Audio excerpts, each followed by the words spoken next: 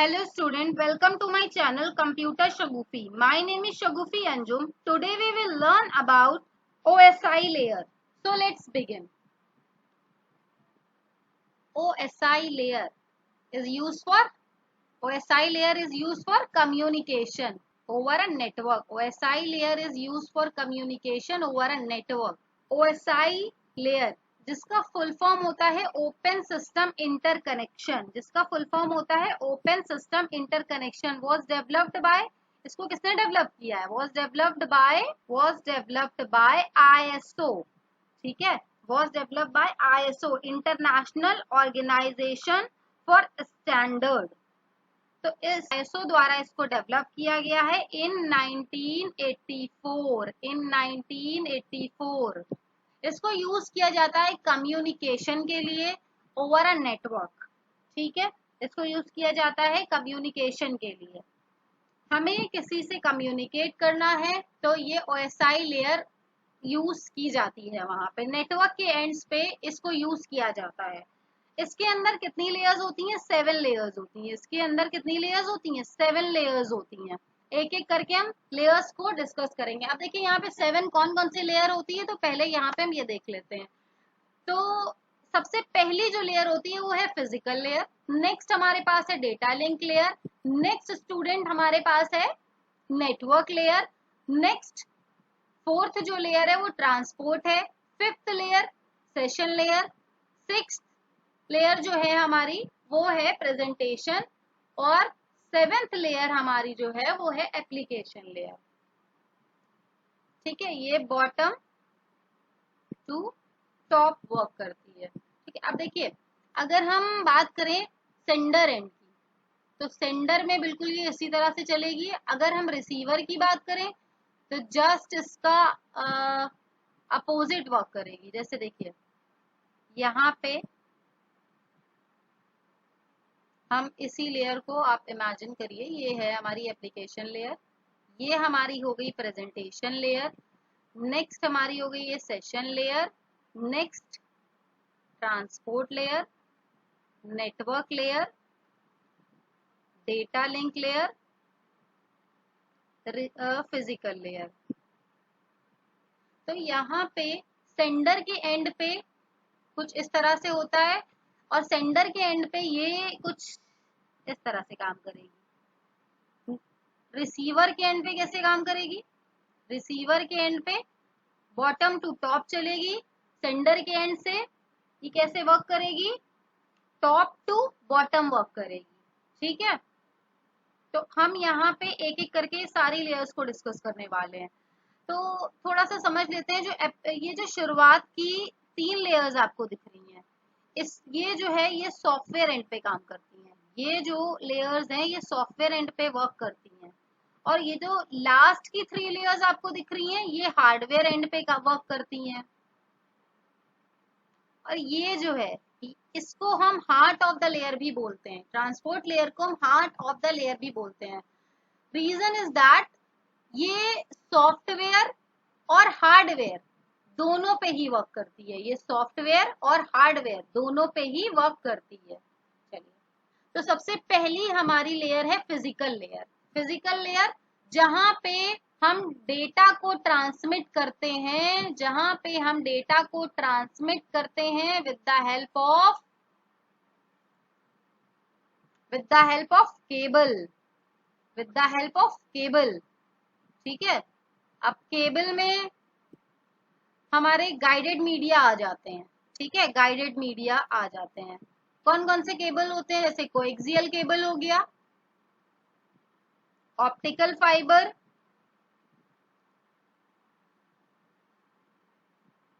Coaxial cable, optical fibre, कई सारे हमारे पास केबल्स हैं, वायर्स हैं, उनका यूज किया जाता है, मीडिया का यूज किया जाता है डेटा को ट्रांसमिट करने के लिए। डेटा को ट्रांसमिट करने के लिए हम केबल्स का यूज करते हैं, नेटवर्क डिवाइसेस का यूज करते हैं। नेटवर्क डिवाइसेस यहाँ पे हमारे पास कौन कौन से आ जाएंगे? जैसे नेटवर्क डिवाइसेस की बात करें तो हम हब का यूज करते हैं यहाँ पे, ठीक है। नेटवर्क डिवाइसेस पे यहाँ पे अगर हम बात करें तो हम किसका यूज करते हैं? हब का यूज करते हैं। रिपीटर्स रिपीटर्स का यूज करते हैं, हब का यूज करते हैं, रिपीटर्स का यूज करते हैं। तो हब्स क्या होते हैं हमारे, हब्स क्या होते हैं, हब्स की अगर बात करें तो ये मल्टी पोर्ट इनको बोला जा सकता है, मल्टी पोर्ट। एक तरह से हब जो है वो डेडिकेटेड डिवाइस होते हैं। हब क्या होते हैं, डेडिकेटेड डिवाइसेस। हब क्या होते हैं, तो हब हमारा मल्टी पोर्ट होता है, ठीक है, डेडिकेटेड डिवाइसेस होते हैं, ये डेडिकेटेड, विच मीन्स आप जैसे डेटा को भेज रहे हैं, जैसे ये हमारा एक सिस्टम है, ये हब लगा हुआ है, ये हब है, ठीक है, यहाँ पे कई सारे सिस्टम्स कनेक्टेड हैं डेडिकेटेडली, ठीक है, कई सारे सिस्टम्स कनेक्टेड हैं, मल्टी पोर्ट है ये। Hub is the node that broadcast data to every computer. तो ये हब जो है ये ब्रॉडकास्ट कर देता है, डेटा को ब्रॉडकास्ट कर देता है एवरी कंप्यूटर में। हब क्या है, एक नोड है, हब जिसको हम नोड भी बोलते हैं, ठीक है, ये जो सिस्टम्स है इनको भी नोड बोला जा सकता है। तो यहाँ पे हब जो है ये हमें ये जो है सारे के सारा डेटा जो है ब्रॉडकास्ट कर देता है। हब जो है डेटा को ब्रॉडकास्ट कर देता है कंप्यूटर में, ठीक है। अगर हम रिपीटर्स की बात करें तो रिपीटर्स क्या होते हैं, तो रिपीटर्स जो होते हैं रीजनरेट करते हैं स्ट्रेंथ को। क्या करते हैं, रीजनरेट करते हैं स्ट्रेंथ को, स्ट्रेंथ को रीजनरेट करते हैं। फॉर एग्जाम्पल कुछ इस तरह से समझते हैं, जैसे ये हमारा एक रिपीटर्स लगा हुआ है, यहाँ पे हमारा एक डेटा है जो कि ट्रेवल हो रहा है, ठीक है, जो कि डेटा है वो हमारा 200 की स्पीड से जा रहा है। आगे चल के क्या हुआ, इसके अंदर ये जो डेटा है ये वीक होने लगा, ठीक है, इसकी जो डेटा की जो स्ट्रेंथ है वो वीक होने लगी। तो उसको हम क्या बोलते हैं, स्ट्रेंथ जब वीक हो रही है तो उसको हम बोलते हैं एटेन्यूएशन, इसको हम बोलते हैं एटेन्यूएशन। एटेन्यूएशन क्या होता है, जब हमारे जो सिग्नल्स हैं वो वीक होने लगते हैं, ठीक है। तो यहाँ पे सिग्नल की स्ट्रेंथ को रीजनरेट करने के लिए हम राउटर का यूज करते हैं। तो जैसे ही राउटर का यूज करेंगे तो ये तुरंत इसकी जो स्ट्रेंथ है वो 200 दोबारा हो जाएगी और ये डेटा को वही स्पीड में आगे फॉरवर्ड करने लगेगा, ठीक है। तो रिपीटर्स हम इसलिए लगाते हैं कि जिससे कि हम सिग्नल्स को की स्ट्रेंथ को रीजनरेट करें।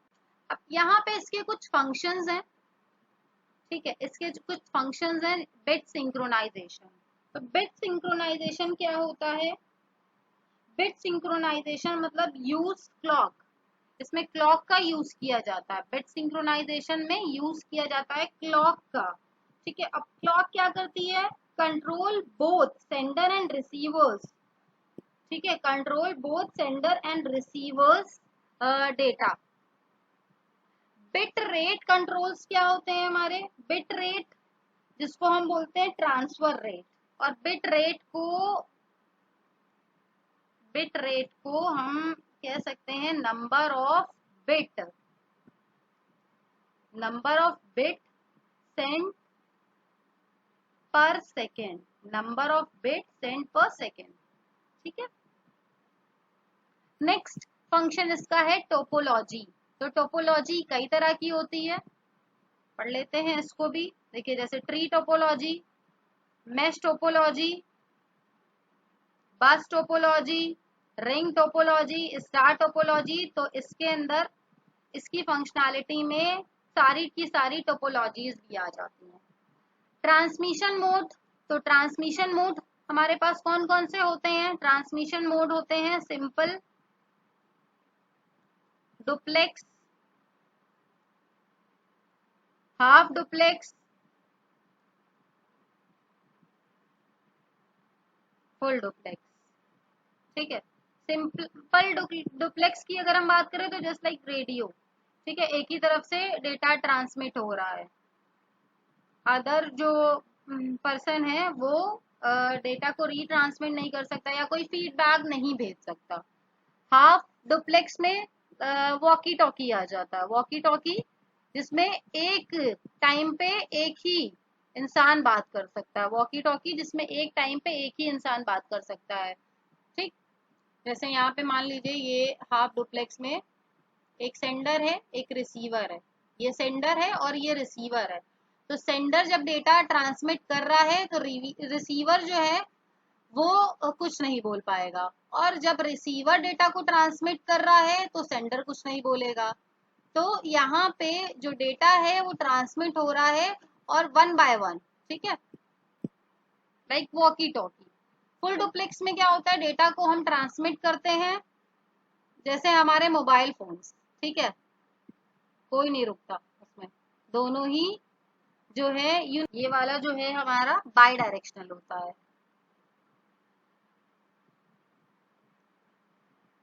और सिंप्लेक्स वाला जो होता है वो यूनिडायरेक्शनल होता है, मतलब एक टाइम पे एक ही, एक टाइम पे एक ही।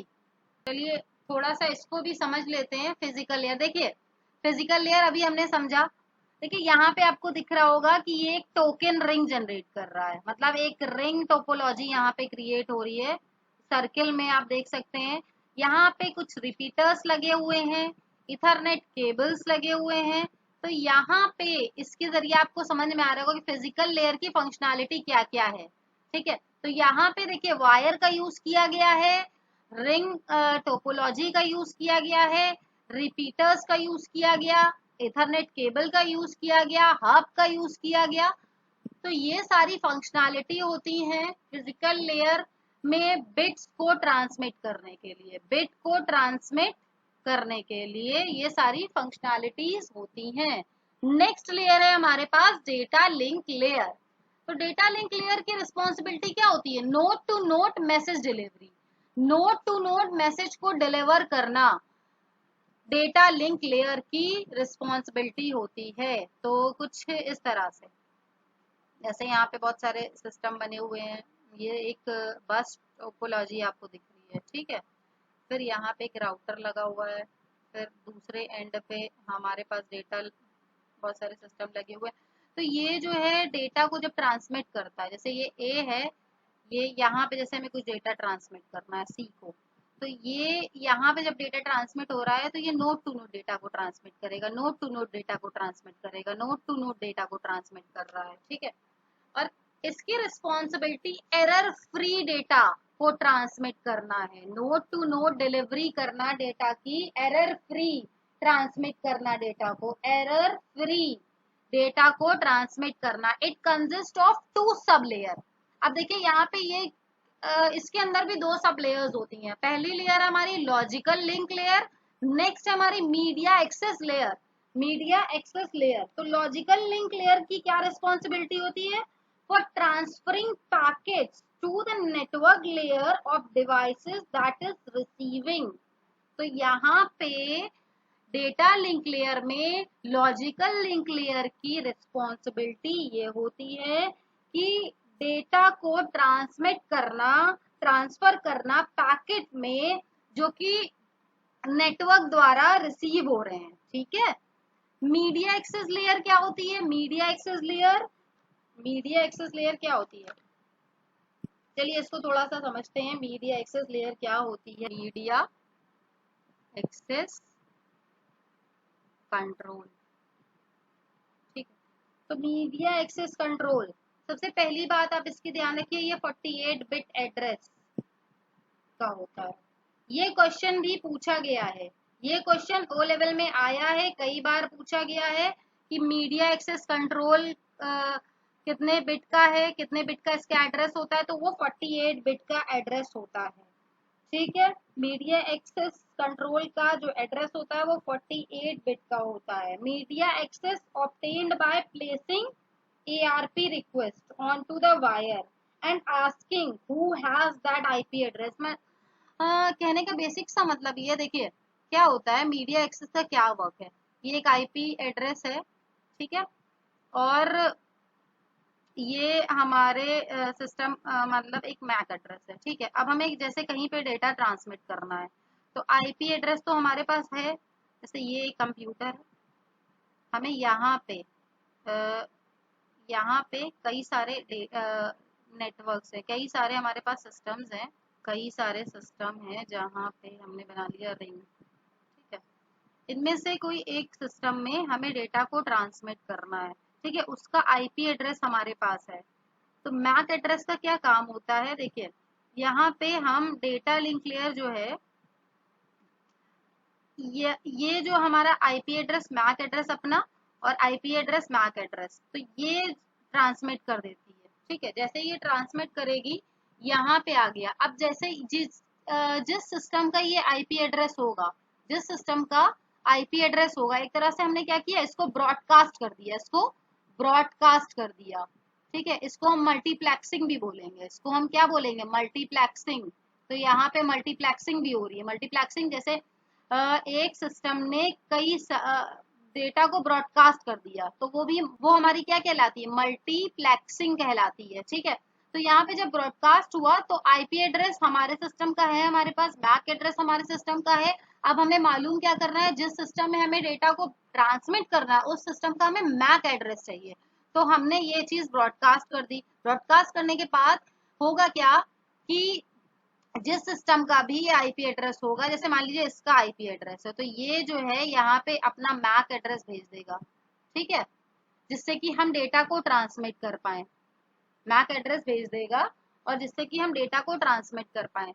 और यहाँ पे कौन सा डेटा लिंक लेयर में, अगर हम डेटा लिंक लेयर में हम नेटवर्क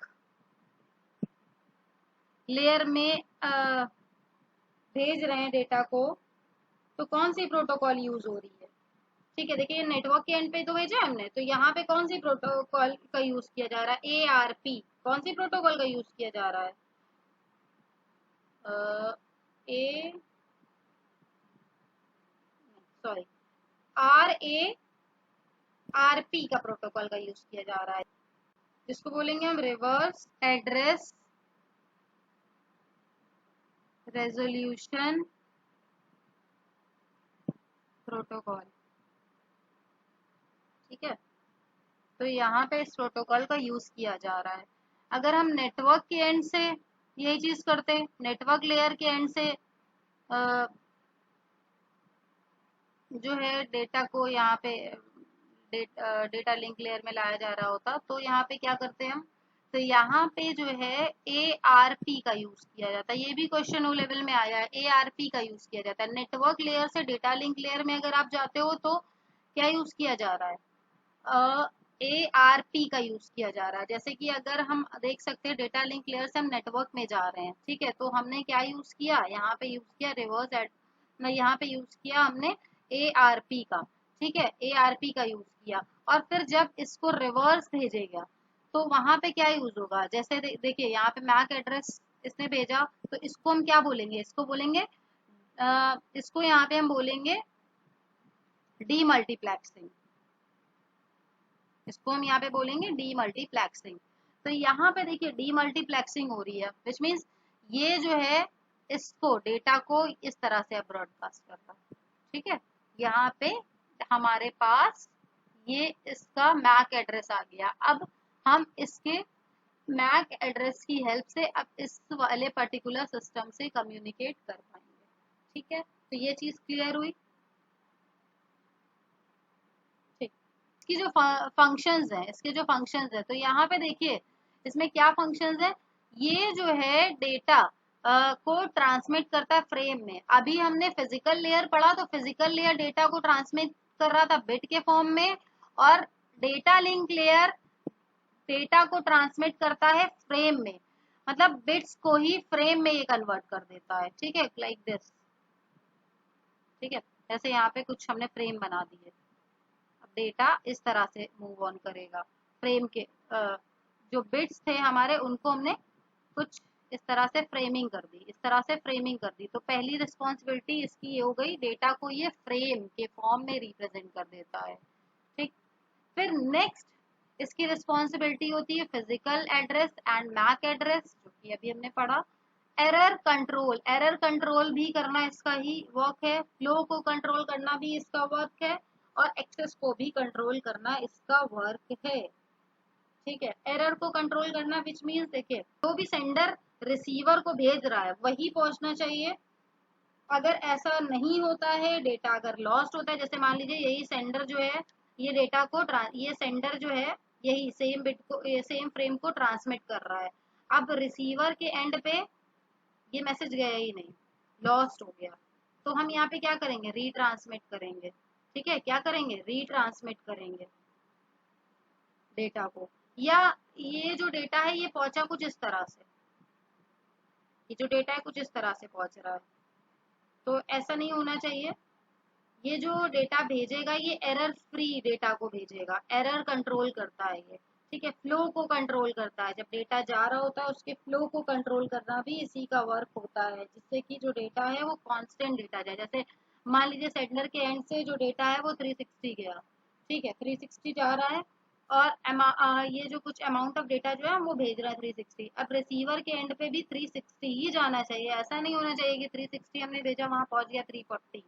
ठीक है, तो ऐसा नहीं होना चाहिए, फ्लो का जो कंट्रोल है वो भी हमारा सही होना चाहिए। एक्सेस कंट्रोल, एक्सेस कंट्रोल का क्या मतलब है, एक्सेस कंट्रोल का मतलब ये है कि when multiple devices access the single communication channel, मतलब मल्टीपल डिवाइसेस जो हैं जब एक्सेस कर रहे हो सिंगल कम्युनिकेशन चैनल को, तब वहां पे जो मैक लेयर है to DDL determine with define determine which devices S1, S2, S3 has control over channel, मतलब यहाँ पे कुछ इस तरह से डेटा को जब हम ट्रांसमिट कर रहे हैं तो डिफरेंट डिफरेंट सिग्नल्स हैं, डिफरेंट डिफरेंट कम्युनिकेशन सिग्नल्स हैं, तो यहाँ पे जिसका डेटा है वहीं पे जाना चाहिए। ठीक है, एक्सेस कंट्रोल होना चाहिए, जैसे ये जो डेटा है ये यहीं पे ही आए, ये जो डेटा है ये यहीं पे ही पहुंचे, ये जो डेटा है यहीं पे ही पहुंचे। ठीक है, तो ये एक्सेस कंट्रोल होना चाहिए। तो यहाँ पे हमने क्या क्या पढ़ा, फंक्शंस क्या होते हैं डेटा लिंक लेयर के, फ्रेमिंग होता है पहला फंक्शन, दूसरा जो फंक्शन होता है वो हमारा physical address MAC address, error को कंट्रोल करता है, फ्लो को कंट्रोल करता है, एक्सेस को कंट्रोल करता है। ये क्वेश्चन भी पूछा जाता है, फ्रेमिंग का क्वेश्चन तो कई बार पूछा गया है, डेटा लिंक लेयर जो है इसकी क्या फंक्शनैलिटी होती है, तो ये फ्रेम में डेटा को फ्रेम में कन्वर्ट करता है। ठीक है, फिजिकल लेयर बिट्स में कन्वर्ट करता है, डेटा लिंक लेयर जो है फ्रेम में कन्वर्ट करता है। और जो फिजिकल एड्रेस होता है उसी को ही हम मैक एड्रेस बोलते हैं। मैक एड्रेस किस लिए यूज किया जाता है, जिससे कि हम हार्डवेयर मतलब सिस्टम का जो यूनिक फिजिकल एड्रेस है उसको मालूम कर पाए। ठीक है, यहाँ पे दो प्रोटोकॉल का यूज किया जाता है, जब हम डेटा लिंक लेयर से नेटवर्क की तरफ जा रहे होते हैं तो वहां, जब हम डेटा लिंक लेयर से नेटवर्क लेयर के एंड पे जा रहे होते हैं तो वहां पे हम यूज करते हैं, क्या यूज करते हैं, वहां पे हम यूज करते हैं RARP। ठीक है, और अगर हम नेटवर्क से मैक की तरफ जा रहे होते हैं तो क्या यूज करते हैं, ARP यूज करते हैं। ठीक है, नेक्स्ट हमारे पास देखिए ये डेटा लिंक लेयर की कुछ इमेज यहाँ पे लगाई है, तो देखिए डेटा क्या करता है, ये फ्रेम में कन्वर्ट कर देता है। अब यहाँ से देखिए डेटा जा रहा है, अदर हेड पहुंचा, सोर्स एड्रेस में पहुंचा, फिर कुछ इस तरह से देखिए ये डेस्टिनेशन है तो डेस्टिनेशन तक के पहुंचा, और with the help of media access control, तो मीडिया एक्सेस कंट्रोल की हेल्प से, क्योंकि मीडिया एक्सेस कंट्रोल क्या होता है, यहाँ पे हमें उस पर्टिकुलर सिस्टम का एड्रेस मिलता है, उस पर्टिकुलर सिस्टम का एड्रेस मिलता है जहाँ पे हमें डेटा को भेजना है। ठीक है, और लॉजिकल लिंक लेयर जो है डेटा को ट्रांसमिट करती है नेटवर्क पे। नेक्स्ट हमारे पास है नेटवर्क लेयर, जो कि थर्ड लेयर है हमारी। तो यहाँ पे क्या होता है, नेटवर्क लेयर जो कि थर्ड लेयर है हमारी, इसकी क्या रिस्पॉन्सिबिलिटी होती है, तो ये सबसे पहली इसकी रिस्पॉन्सिबिलिटी होती है पैकेट्स रूटिंग, पैकेट्स रूटिंग इसकी रिस्पॉन्सिबिलिटी होती है। ठीक है, use IP address of both sender and receiver, तो यहाँ पे जो सेंडर है और रिसीवर है ये दोनों ही IP एड्रेस का यूज करके कम्युनिकेट करते हैं। ठीक है, फंक्शनैलिटी क्या होती है इसकी, सबसे पहली रूट, तो रूट क्या है, यहाँ पे हमें एक तरह से रास्ता, रूट जो है, रूटिंग जो है, रूटिंग एक तरह से रूट प्रोवाइड करती है। ठीक है, कौन सी सुटेबल रूट रहेगी डेटा को हम सेंड कर रहे हैं जब। ठीक है, और यहाँ पे डेटा को हम पैकेट्स के फॉर्म में कन्वर्ट कर देते हैं, डेटा को हम पैकेट्स के फॉर्म में कन्वर्ट कर देते हैं, डेटाग्राम के फॉर्म में कन्वर्ट कर देते हैं। डेटा लिंक लेयर में क्या हो रहा था, फ्रेम के फॉर्म में कन्वर्ट करते हैं। यहाँ पे क्या हो रहा है, डेटा को हमने पैकेट्स में कन्वर्ट कर दिया है। ठीक, नेक्स्ट जो फंक्शनैलिटी होती है इसकी logical addressing which is IP address, और जो कि हमारे हर एक सिस्टम का यूनिक होता है। हर एक सिस्टम का आईपी एड्रेस जो होता है वो यूनिक होता है। हर एक सिस्टम का आईपी एड्रेस यूनिक होता है। और यहाँ पे IPv4 और IPv6 दो वर्जन है। तो IPv जो 4 है वो कितने बिट का होता है, IPv4 जो है वो कितने बिट का होता है, चलिए बताइए। IPv4 जो होता है वो 32 बिट का होता है। ठीक है, जो इसकी रेंज होती है 2 से लेके 255 तक, सॉरी 0 से लेके 255 तक की इसकी रेंज होती है। जो इसकी रेंज होती है 0 से लेके 255 तक की होती है। 0 से लेके 255 तक की होती है। IPv6 जो है वो कितने बिट का होता है, 128 बिट का होता है, जो कि हेक्साडेसिमल वैल्यूज को रिप्रेजेंट करता है। हेक्साडेसिमल वैल्यूज को रिप्रेजेंट करता है। ठीक है, ये बाइनरी वैल्यू को रिप्रेजेंट करता है। और नेटवर्क लेयर के अंदर कुछ प्रोटोकॉल्स का यूज किया जाता है, ICMP और IGMP। नेटवर्क लेयर में प्रोटोकॉल का यूज किया जाता है ICMP, IGMP। ICMP का फुल फॉर्म क्या होता है, ICMP का फुल फॉर्म होता है internet control message protocol. IGMP का फुल फॉर्म होता है इंटरनेट ग्रुप मैसेज प्रोटोकॉल। ठीक है, तो ये वाली जो है हमारी IPv4 में यूज की जाती थी और ये हमारी IPv6 में यूज करी जाती थी। ऐसा भी पूछा जा सकता है, तो इसको ध्यान रखिएगा कि जो ग्रुप वाली है वो 4 में यूज करी गई है और जो कंट्रोल मैसेज वाली है ये हमारी 6 में यूज करी गई है। नेक्स्ट हमारे पास, इसको थोड़ा सा और समझ लेते हैं। तो देखिए यहाँ पे क्या हो रहा है, यहाँ नेटवर्क लेयर जो है वो आईपी एड्रेस, देखिए आईपी एड्रेस की हेल्प से डेटा को, यहाँ पे देखिए नेटवर्क रूट, एक तरह से रास्ता मिल रहा है, रूट प्रोवाइड की जा रही है। ठीक है, format that data into packets to deliver up to the transport. अब नेटवर्क लेयर से हम ट्रांसपोर्ट लेयर की तरफ जा रहे हैं। ठीक है, जहाँ पे डेटा को हम किसमें रख रहे हैं, पैकेट्स के फॉर्म में। पैकेट्स के फॉर्म में डेटा को हम ट्रांसपोर्ट लेयर की तरफ भेज रहे हैं। चलिए नेक्स्ट हमारे पास आती है ट्रांसपोर्ट लेयर, जो कि फोर्थ लेयर है। अब ये जो है ये एंड टू एंड डिलीवरी करती है, मतलब सोर्स से destination end to end deliver करती है मैसेज को। वो कौन सी लेयर है, वो है हमारी transport layer. Transport layer data को एंड से एंड टू एंड डिलीवर करती है। अब यहाँ पे देखिए सेगमेंटेशन और रिसेंबलिंग इसकी फंक्शनैलिटी है। सेगमेंटेशन का मतलब है, देखिए ये मैसेज अगर हम कोई भी डेटा को भेज रहे हैं, मान लीजिए कोई भी मैसेज या डेटा को हम भेज रहे हैं, तो ये कुछ पार्ट्स में डिवाइड कर देती है, मैसेज 1, मैसेज 2, मतलब एक सेगमेंट में तोड़ देती है उस चीज को। ठीक है, सेगमेंट में डिवाइड कर देती है। और जब ये सेंडर के एंड पे होता है, ठीक है, सेगमेंट जो है वो सेंडर के एंड पे होता है, S for segment, S for sender. और रिसेंबलिंग जो है वो रिसीवर के एंड पे होता है। मतलब अब ये जो डेटा है इसको हमने सेगमेंट में, मतलब पार्ट्स में डिवाइड कर दिया है, तो जब रिसीवर के एंड पे पहुंचेगा तो इसको दोबारा से हम रिसेंबल करेंगे कि मैसेज 1 पहले, फिर मैसेज 2, ठीक है, फिर मैसेज 3। इस तरह से हम रिसेंबलिंग करेंगे इसकी। तो रिसीवर के साइड पे रिसेंबलिंग किया जाता है और सेंडर के साइड पे हम मैसेज को सेगमेंट्स में डिवाइड कर देते हैं। नेक्स्ट फंक्शनैलिटी है इसकी service point addressing. Next functionality है सर्विस पॉइंट एड्रेसिंग। इसके बाद इसकी जो फंक्शनैलिटी है connection oriented and connection less. तो कनेक्शन ओरिएंटेड कौन सी प्रोटोकॉल होती है, TCP। ठीक है, जहाँ पे हम डेटा को ट्रांसमिट करने के लिए यूज करते हैं कनेक्शंस का। यूडीपी हमारी कौन सी प्रोटोकॉल होती है, कनेक्शन लेस प्रोटोकॉल होती है। तो यूडीपी जो होती है वो फास्ट होती है, क्योंकि डेटा को ट्रांसमिट करने के लिए हमें कोई कनेक्शन को नहीं स्टैब्लिश करना पड़ता है। ठीक है, सेट ऑफ ऑर्डर्स यहाँ पे जो होते हैं वो डिसाइडेड नहीं होते हैं।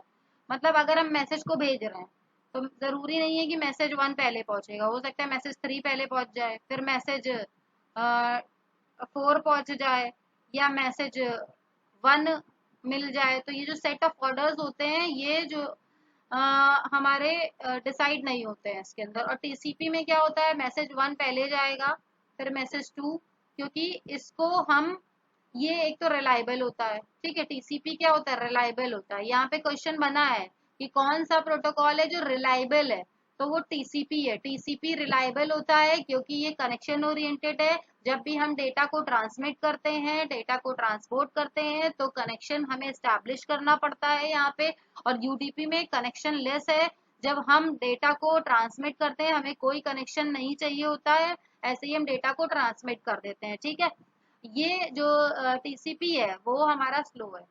टीसीपी मतलब ट्रांसमिशन कंट्रोल प्रोटोकॉल। इसका भी एक क्वेश्चन बना है प्रीवियस ईयर में, टीसीपी का फुल फॉर्म पूछा गया है। तो ट्रांसमिशन कंट्रोल प्रोटोकॉल, टीसीपी का फुल फॉर्म होता है ट्रांसमिशन कंट्रोल प्रोटोकॉल। तो टीसीपी का फुल फॉर्म ये है, ये पूछा गया है। यूडीपी का हो सकता है इस बार पूछ लिया जाए, तो इसको भी ध्यान रखिएगा, ओ लेवल में पूछा जा सकता है। यूडीपी का फुल फॉर्म क्या होता है, यूजर डेटाग्राम प्रोटोकॉल। यूडीपी का फुल फॉर्म होता है यूजर डेटाग्राम प्रोटोकॉल। तो इसकी भी इमेज देख लेते हैं। तो देखिए डेटा को यहाँ से क्या हो रहा है, ये ट्रांसपोर्ट किया जा रहा है। और यहाँ पे हम एरर की भी रिकवरी देखते हैं, फ्लो का कंट्रोल देखते हैं, सपोर्ट्स फॉर रीट्रांसमिशन। और अगर कोई डेटा लॉस होता है तो उसको हम रीट्रांसमिट भी करते हैं, ठीक है। तो टीसीपी में जैसे हमने टीसीपी लेयर अभी पढ़ी, तो टीसीपी में क्या है, जैसे हमने यहाँ पे सेंडर ने, ये सेंडर है और ये रिसीवर है, तो सेंडर ने एक डेटा भेजा, रिसीवर ने रिसीव किया, ठीक है। सेंडर ने फिर एक्नॉलेजमेंट भेजेगा सेंडर, ठीक है। तो ये एक्नॉलेजमेंट आया।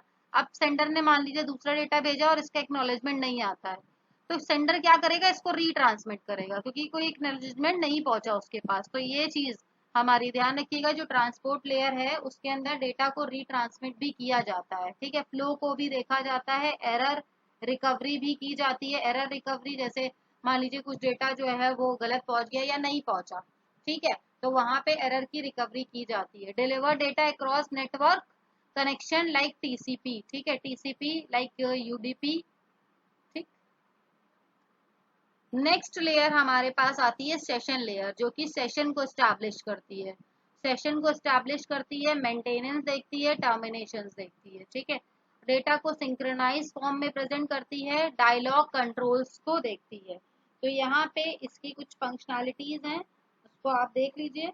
यहाँ पे डेटा को सिंक्रोनाइज करती है, ये सिंक्रोनाइजेशन मतलब ऐसा नहीं होना चाहिए कि पहले जैसे मान लीजिए हमने एक वीडियो भेजी, ठीक है, अब वीडियो भेजी, उसमें क्या हुआ कि वीडियो जो है उसमें केवल उसकी इमेज चली गई, मतलब स्क्रीन जो है वो दिख रही है लेकिन ऑडियो नहीं आ रही है, ठीक है। तो ऐसा नहीं होना चाहिए, सिंक्रोनाइज वे में डेटा ट्रांसमिट होना चाहिए। तो सेशन लेयर ये देखती है कि जो वीडियो है वो प्रॉपर गई है कि नहीं गई है, ठीक है, सिंक्रोनाइज वे में डेटा गया है कि नहीं गया है, प्रॉपर ऑडियो है कि नहीं है इसकी, proper audio, proper screen, proper images visible हैं कि नहीं है इसमें, ठीक है, प्रॉपर वॉल्यूम इसका है कि नहीं है।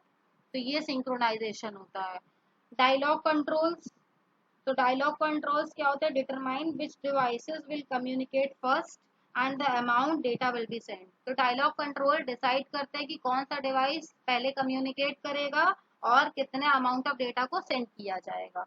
नेक्स्ट देखिए यहाँ पे देख सकते हैं सेशन लेयर जो है, build to support multiple type of connection, build to support multiple type of connection, manage the sequence and flow of events। तो ये सीक्वेंस को भी मैनेज करता है कि भाई पहले कौन सा डेटा जाने वाला है, डायलॉग कंट्रोल को मैनेज करता है ये। नेक्स्ट सिक्स प्रेजेंटेशन लेयर है हमारी, जो कि ट्रांसलेशन लेयर भी जिसको बोला जाता है।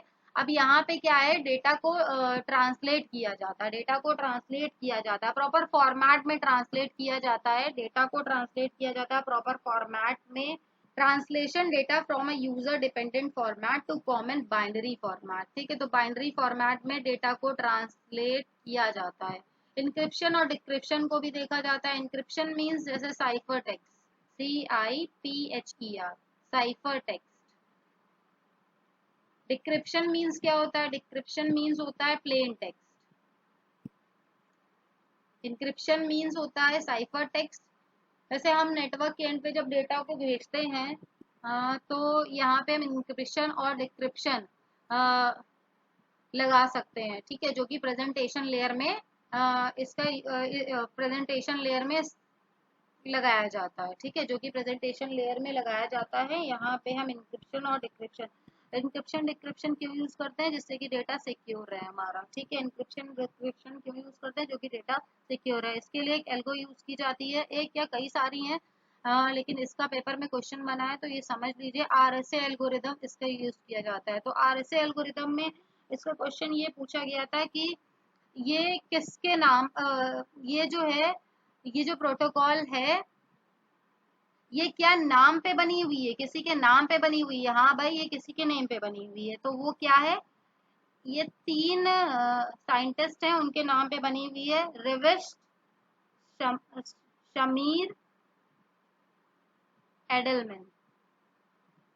तो ये नाम है, इस नाम पे ही बनी हुई है ये आरएसए एल्गोरिदम, जो कि असिमेट्रिक क्रिप्टोग्राफी है, ठीक है, जहां पे पब्लिक की और प्राइवेट की का यूज किया जाता है। असिमेट्रिक क्रिप्टोग्राफी है, असिमेट्रिक क्रिप्टोग्राफी का यहाँ पे यूज किया जाता है। क्रिप्टोग्राफी का मतलब होता है डेटा को हम एक तरह से डेटा को छिपा देना। जैसे यहाँ पे हम बोले इंफॉर्मेशन हम लिख रहे हैं, इंफॉर्मेशन, ठीक है। अब इंफॉर्मेशन में हमने कुछ आई को रिप्रेजेंट कर दिया जे से,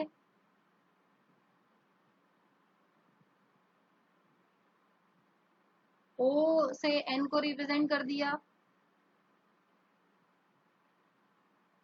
जी से हमने एफ को रिप्रेजेंट कर दिया, टी से हमने इसको रिप्रेजेंट कर दिया, एस से इसको रिप्रेजेंट कर दिया, एन को एम से रिप्रेजेंट कर दिया, ए को बी से रिप्रेजेंट कर दिया, टी को यू से रिप्रेजेंट कर दिया, और आई को हमने रिप्रेजेंट किया जे से, ओ को रिप्रेजेंट किया हमने